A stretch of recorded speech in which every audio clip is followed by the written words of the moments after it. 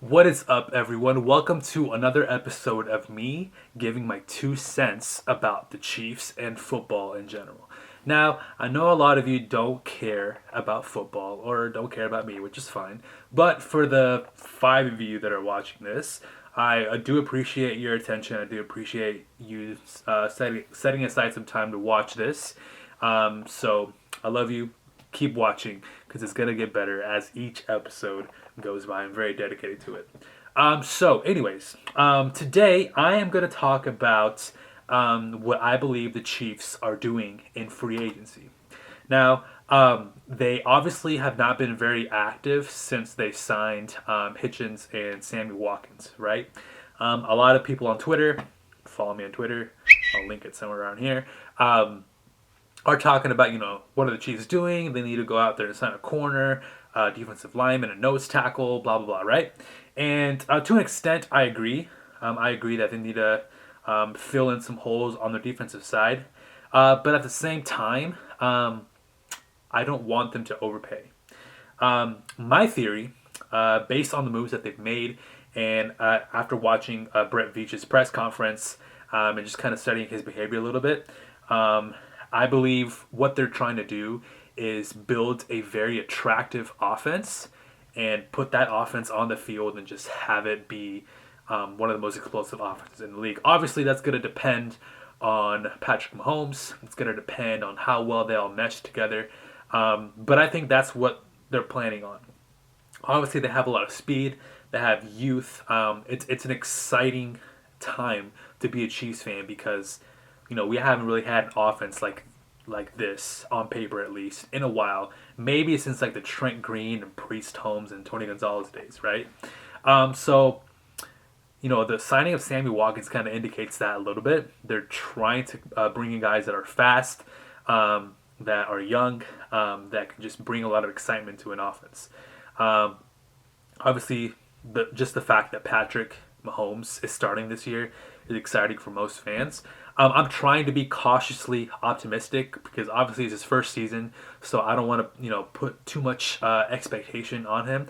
I'm not comparing him to Aaron Rodgers, but like even a guy like Aaron Rodgers, who's all time great, was 7-9 his first season. So I don't want to expect him to go 12-4 and lead us to a championship.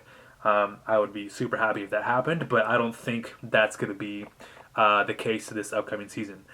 So, as I was saying, I believe they're building this offense, making it very attractive, very explosive, and that will lead to free agents in 2019 wanting to come play with Patrick Mahomes and that offense and potentially taking less money.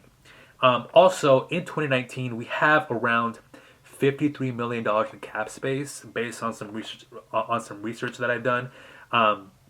So again, we have a lot of flexibility next year, and we'll have a first round pick next year. So I think 2019 is really the year that Chiefs fans should be really excited about because we have all the money to do it. We have more draft picks, and Patrick Mahomes will have a year under his belt of experience.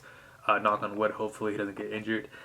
So 2019, I think, is the year where we have our best chance in a while.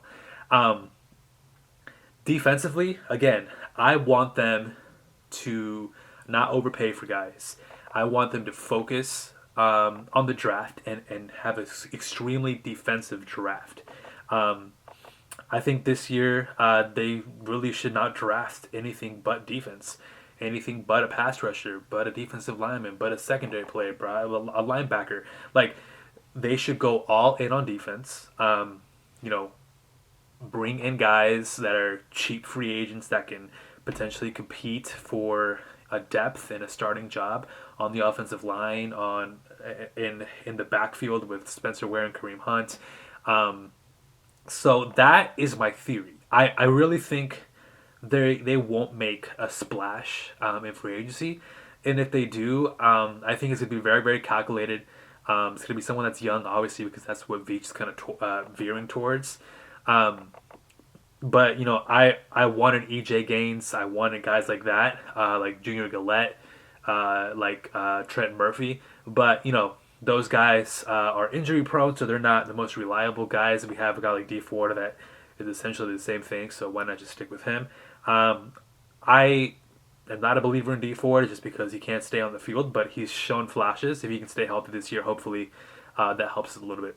Also, the fact that Eric Berry is coming back this year is humongous. It's humongous. I think that alone makes our defense better than last year. I know we don't have Marcus Peters anymore, but Eric Berry coming back is just such a huge addition to our defense, leadership, attitude, and like all those things. I think it's going to be huge for our defense. So that's my opinion.